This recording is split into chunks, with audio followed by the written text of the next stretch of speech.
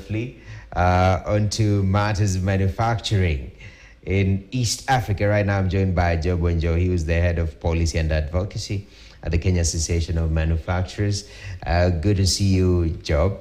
Thank you. And even just piggybacking on, the Chinese New Year celebration and Kenya integrating into that. I mean, China is a powerhouse when it comes to manufacturing. And the method seemed simple. The issue is how they got where they are. And people ask, can Kenya do so?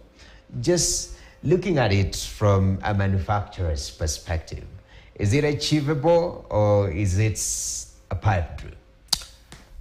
Thank you. I have to say that it's achievable. Mm-hmm. But every day we have to endeavor to put the right sound policies and regulations in place.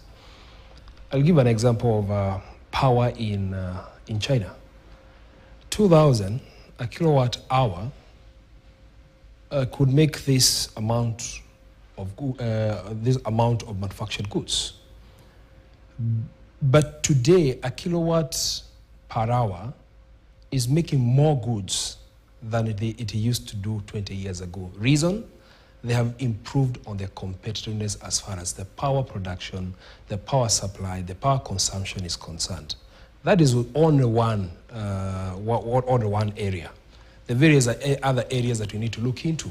We talk about the cost of transportation. We talk about the cost of, the cost of duplication in regulations.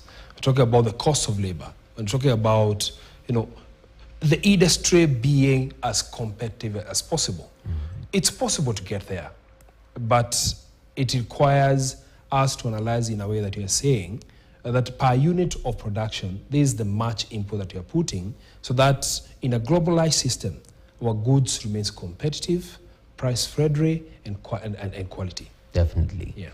Competitiveness seems to be one of the key pillars when it comes to playing on this global platform. Very important. Very, very important.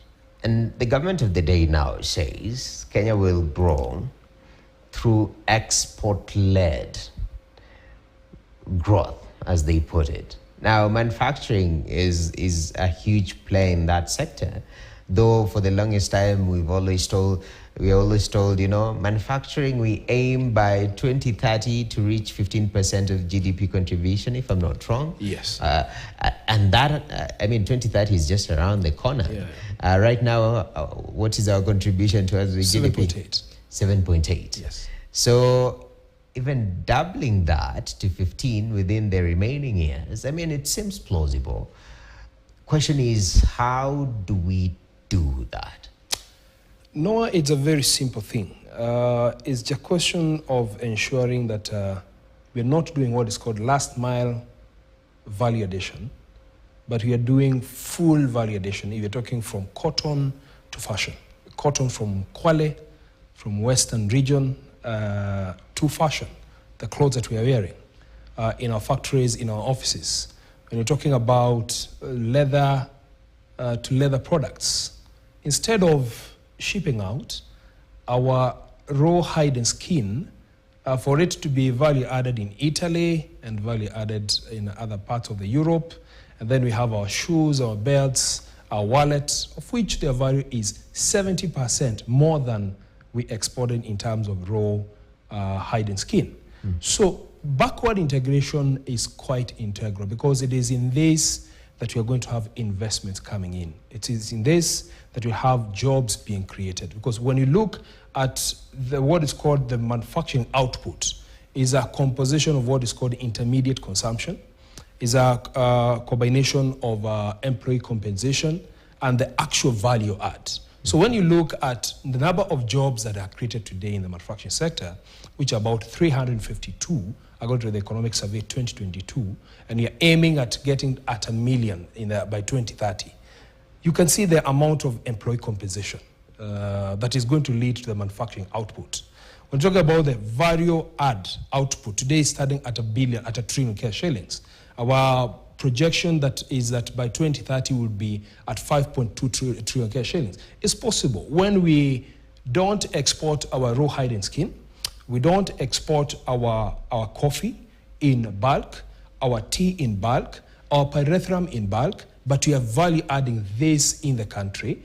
And subsequently, when we do this, we are not only doing it for our own markets, but we're doing it for African market and the rest of the world in what you're calling the export-led growth. This is where the SMEs are going to also to benefit. This is where the large manufacturers are going to triple. The medium-sized companies are going to become large manufacturers. So it is possible for us to get into the growth of manufacturing sector through export-led growth, through value addition that is growing by about 700% from where it is today. It's very possible. But again, I'm going to go back and say, in terms of competitiveness, we really need to address. We saw setbacks that came with Finance Act 2023. And today, if you look at the revenues that the government is collecting, if you look at the companies that are struggling every day because of unsound policies that came into place, this is where now we need to come back and have a discussion between the private sector and the government and look at how can we optimize this space so that the manufacturing sector can contribute a million jobs from the 352 where we are, the value addition to be able to grow, the employee compensation to be able to grow, and even in the intermediate consumption, we can see how it can be reduced and you're doing more of local production. Definitely. Very, very important. So, first of all, creation of jobs, very important because it's the people that matter. 1 million jobs. That is one target we have. Now we are at 352. Yes. Secondly is overall contribution to the economy. Take about 15% of GDP. How do we achieve that? Now, Job says it's very possible. The question is, how do we explore that possibility? Because it's one thing to point a problem out. This is the challenge that we're facing. But how can we achieve that? What are those barriers that we need to do away with? And how can we become competitive within the country, within the bloc, even as we think, even before we think actually of going and being competitive globally? That's the discussion that we're having right here on Business Today. We want to take a short break. We don't come back. We answer those questions.